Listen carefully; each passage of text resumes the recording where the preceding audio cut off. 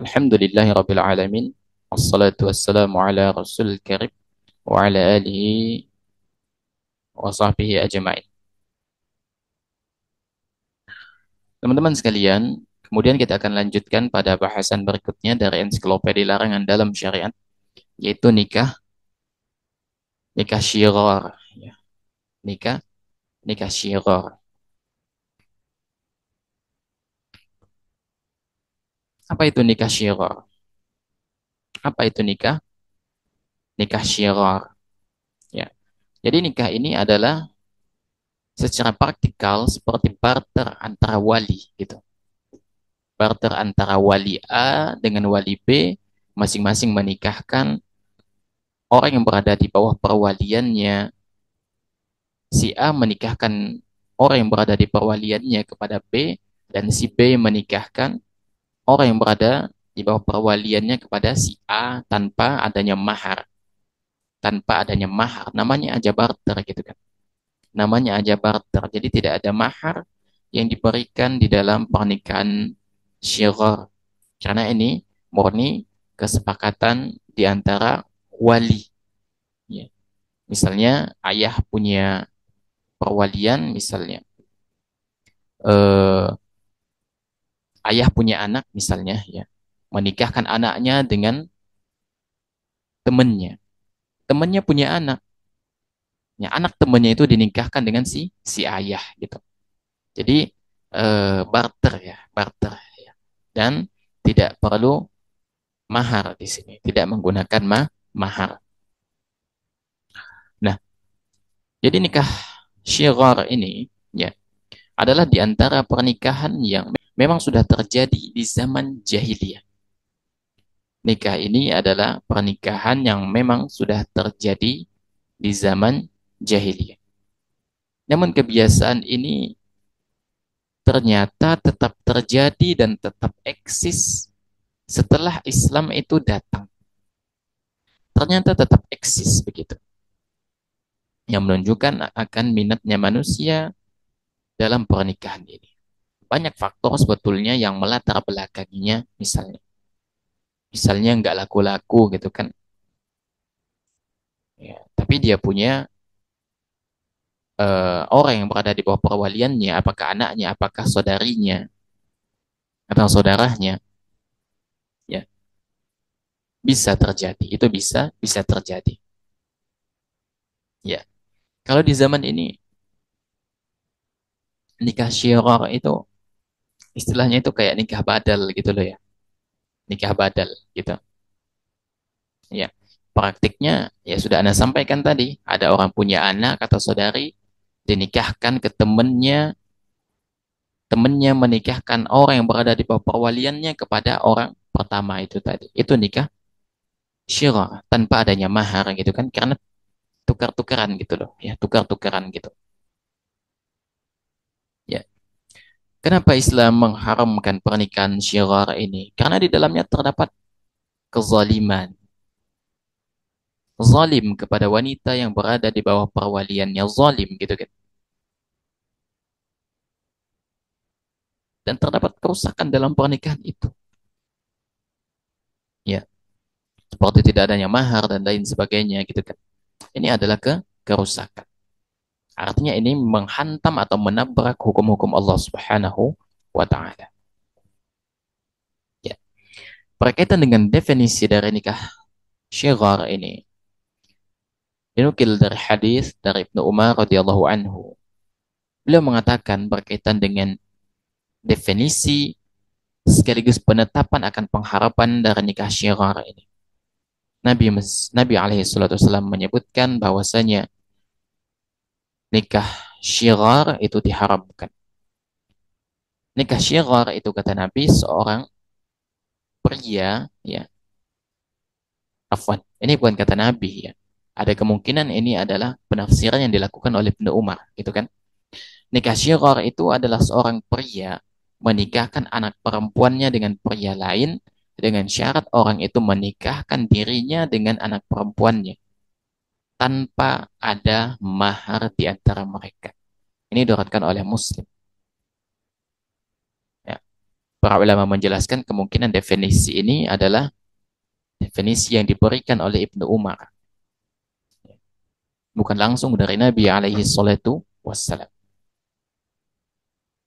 Ya. Jadi nikah siror ini tukar tambah gitu loh. Aku menikah dengan anakmu, kamu menikah dengan anakku, nggak ada mahar di antara kita. Atau nanti dalam hadis ada nikah nikah syighar yang pakai mahar, ada kasusnya. Nanti kita akan sebutkan kasusnya gitu ya. Teman-teman sekalian, ya. Nikah syighar ini disepakati oleh para ulama akan keharamannya, ya. Jadi nikah syighar ini disepakati oleh para ulama akan keharamannya. Cuman para ulama khilaf berkaitan dengan sah atau tidaknya akad yang dilakukan begitu. Ya, jumhur ulama mengatakan bahwa akadnya itu tidak sah berdasarkan dalil-dalil pengharaman dari nikah syighar itu sendiri. Misalnya hadis dari Jabir bin Abdullah. Beliau mengatakan nah Rasulullah sallallahu alaihi wasallam anis syighar. Ya. Bahwasanya Nabi alaihi salatu wasallam itu melarang nikah syighar. Ini diriwayatkan oleh Muslim. Ya. Kemudian hadis dari Ibnu Umar radhiyallahu anhu beliau mengatakan ya dan memberikan penjelasan ya ini dari Ibnu Umar ya. Ya. Maknanya berarti ini hadis tadi ya. Hadis tadi berkaitan dengan definisi nikah syighar dari Ibnu Umar. Kemudian dari Abu Hurairah ya. Bahwasanya Nabi SAW itu memang melarang nikah syighar. Ya. Ibnu Numair menambahkan bentuk nikah syighar itu adalah seseorang mengatakan pada orang lain, nikahkanlah putrimu padaku dan aku akan menikahkan putriku padamu, atau nikahkanlah saudara perempuanmu padaku dan aku akan menikahkan saudara perempuanku padamu. Ya. Kemudian ya, berarti dalam hadis dari Abu Hurairah ini tidak disebutkan apakah pakai mahar atau tidak. Sedangkan hadis dari Ibnu Umar itu menyebutkan tidak ada mahar. Sedangkan dalam hadis Abu Hurairah ini disebutkan tidak dipersyaratkan apakah ada mahar atau tidak.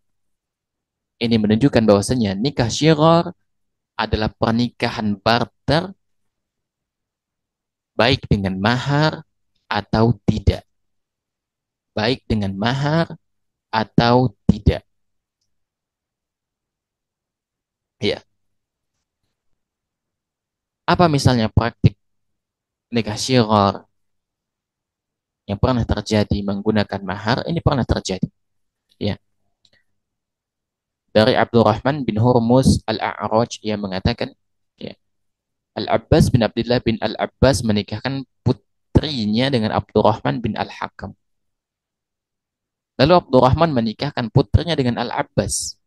Dan ketika itu terdapat mahar. Lantas Muawiyah menulis surat dan dikirim pada Marwan.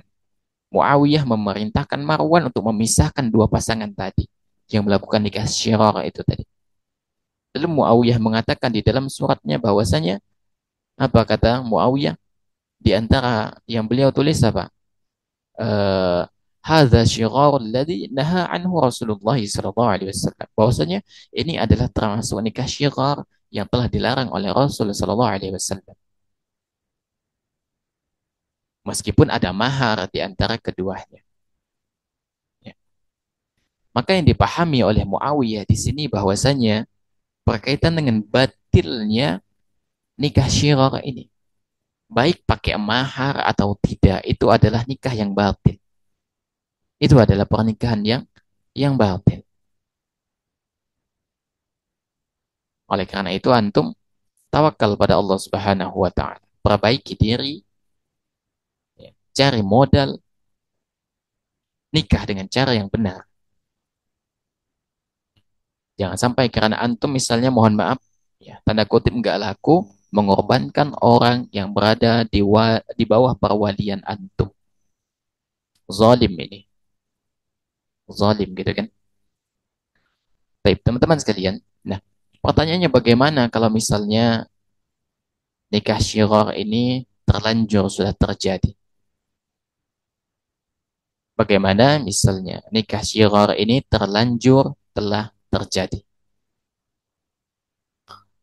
Jika nikah ini terlanjur terjadi, ya maka bisa disikapi sebagaimana dalam hadis dari Muawiyah tadi, ya bahwasanya wajib mengulang akad.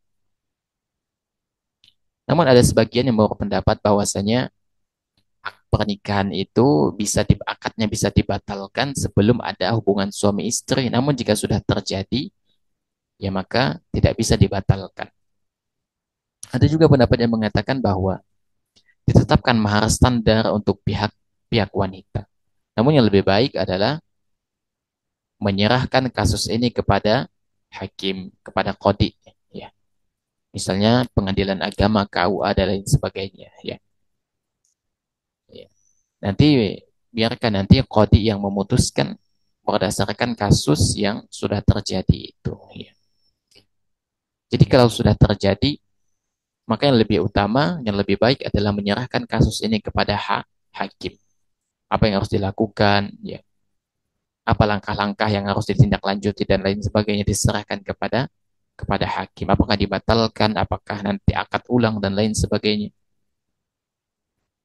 Ya, itu diserahkan kepada qadi. Baik, teman-teman sekalian, anak kira cukup ya. Ya, anak kira cukup, nggak ada tidak ada pertanyaan, ya, tidak ada tanya jawab. Nanti tanya jawab di lain waktu saja. Demikian semoga Allah Subhanahu wa taala menjaga kita dan senantiasa mengokohkan hati kita berada di atas kebaikan.